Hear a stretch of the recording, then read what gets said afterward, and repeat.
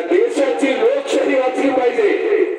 Doctor Babasaheb आंबेडकरांनी दिलेल्या घटनेचं संरक्षण झालं पाहिजे.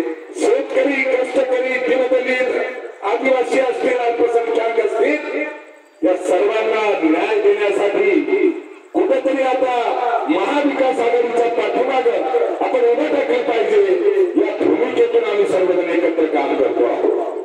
बांधवांनो, देशामध्ये अनेक प्रकारच्या वल्गना केल्या जातात. खरं तर भारतीय जनता पार्टीवाल्यांनी घोषणा केली होती की काँग्रेस मुक्त भारत करणार.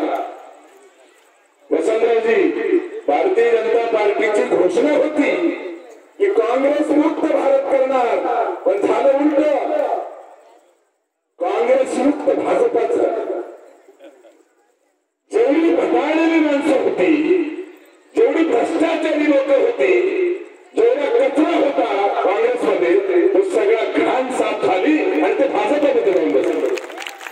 आणि शुद्धीकरण झालेलं आहे.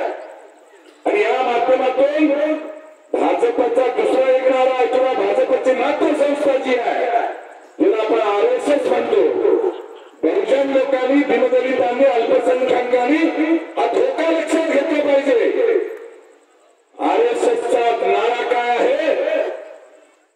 जसं काँग्रेस मुक्त भारत करण्याचं स्वप्न भाजपचं आहे, तसं RSSचं स्वप्न आहे आरक्षण मुक्त भारत करायचं आहे.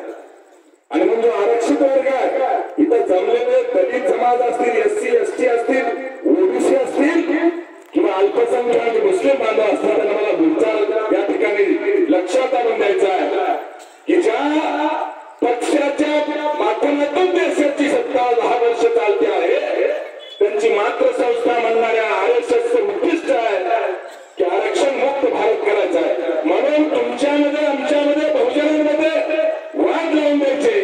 OBCच्या विरोधात मराठा उभा करायचे, मराठ्यांच्या विरोधात दुसरे उभा करायचे आणि तुमच्यामध्ये झुंज लावायची बोलण्यासारखी आणि सत्तेची खुर्ची उभवायची. हे षडयंत्र चालू आहे. आणि डॉक्टर बाबासाहेबांनी दिलेलं आरक्षण, डॉक्टर बाबासाहेबांनी सर्वसामान्य गोरगरीब कष्टकऱ्यांना दिलेला अधिकार हा जर जपायचा असेल, यांना भारतीय राज्यघटना बदलण्याचं यांचं स्वप्न जे आहे ते जर साकार होऊ द्यायचं नसेल, तर उद्याच्या 26 तारखेला तुम्हाला सगळ्यांना एकजुटीनं पंजाबवरच बटन दाबावं लागेल, तरच हे शक्य राहणार.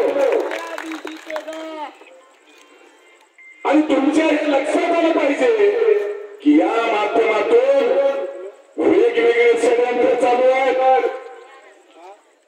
माझ्या समाजाचा एक राज्यसभेवर खासदार केला होता नुकताच, तो सांगत बोलतोय बिलोली, देगलूर, धर्माबाद, मुखेड या भागामध्ये मोठ्या प्रमाणावर 5 लाखाच्या आसपास लिंगायत समाजाचं मतदान आहे आणि समाजाला न्याय देणारी शिवा संघटना आहे. म्हणून शिवा संघटना जे म्हणते त्या बाजूने समाज चालतो. असं असताना सुद्धा आम्ही जेव्हा महाविकास आघाडीकडे आलो तर आमचा नवीन झालेला राज्यसभेचा खासदार सांगतोय तुम्ही लिंगायत आहे म्हणून मला खासदार केलं. बाबा, जन्माने लिंगायत आहे म्हणून तुझं कर्म काय आहे? समाजासाठी काही केले का? किंवा तुमच्या स्वतःच्या गावामध्ये तुम्हाला काही माहिती आहे का? आणि समाजाला भुलवायचं काम करायचं भाजपची एक सवय आहे.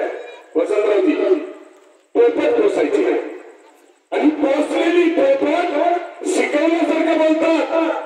या माध्यमातून बहुजनांना, दलितांना, अल्पसंख्याकांना मला विनंती करायची बांधव, तुमच्या मताची विभागणी करायची आणि पुन्हा सत्तेवर बसायचं यांचं स्वप्न आहे. जसं इंग्रजांनी सुद्धा वापरलं, थोड्याने राज्य करा, हीच नीती, ही दुष्ट नीती भाजपची सुद्धा चालू आहे. थोडा आणि राज्य करा या माध्यमातून आदरणीय आमचे प्रकाशजी आंबेडकर यांच्याबद्दल मलाही आदर आहे, परंतु ही वेळ आता संविधान वाचवण्याची आहे, ही वेळ आता लोकशाही वाचवण्याची आहे. म्हणून कृपा करून मताची विभागणी होऊ देऊ नका.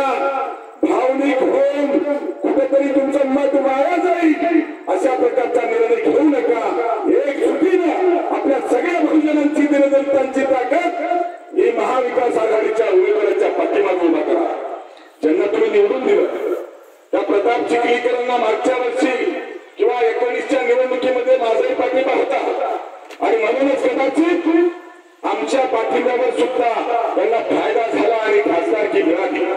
खरं तर तुम्ही भोकर मतदारसंघातले मतदार आहात. आज 26 तारखेला तुम्ही मतदान करताना एक लक्षात घ्या, तुम्हाला एक बटन दाबायचंय पण हरवायचं दोघाला.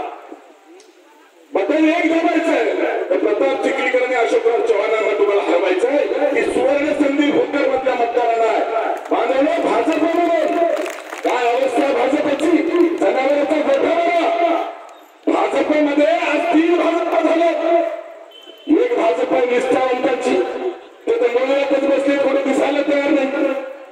दुसरी भाजप प्रताप चिखलीकरांची आणि आता तिसरी भाजप झाली अशोकराव चव्हाणांची.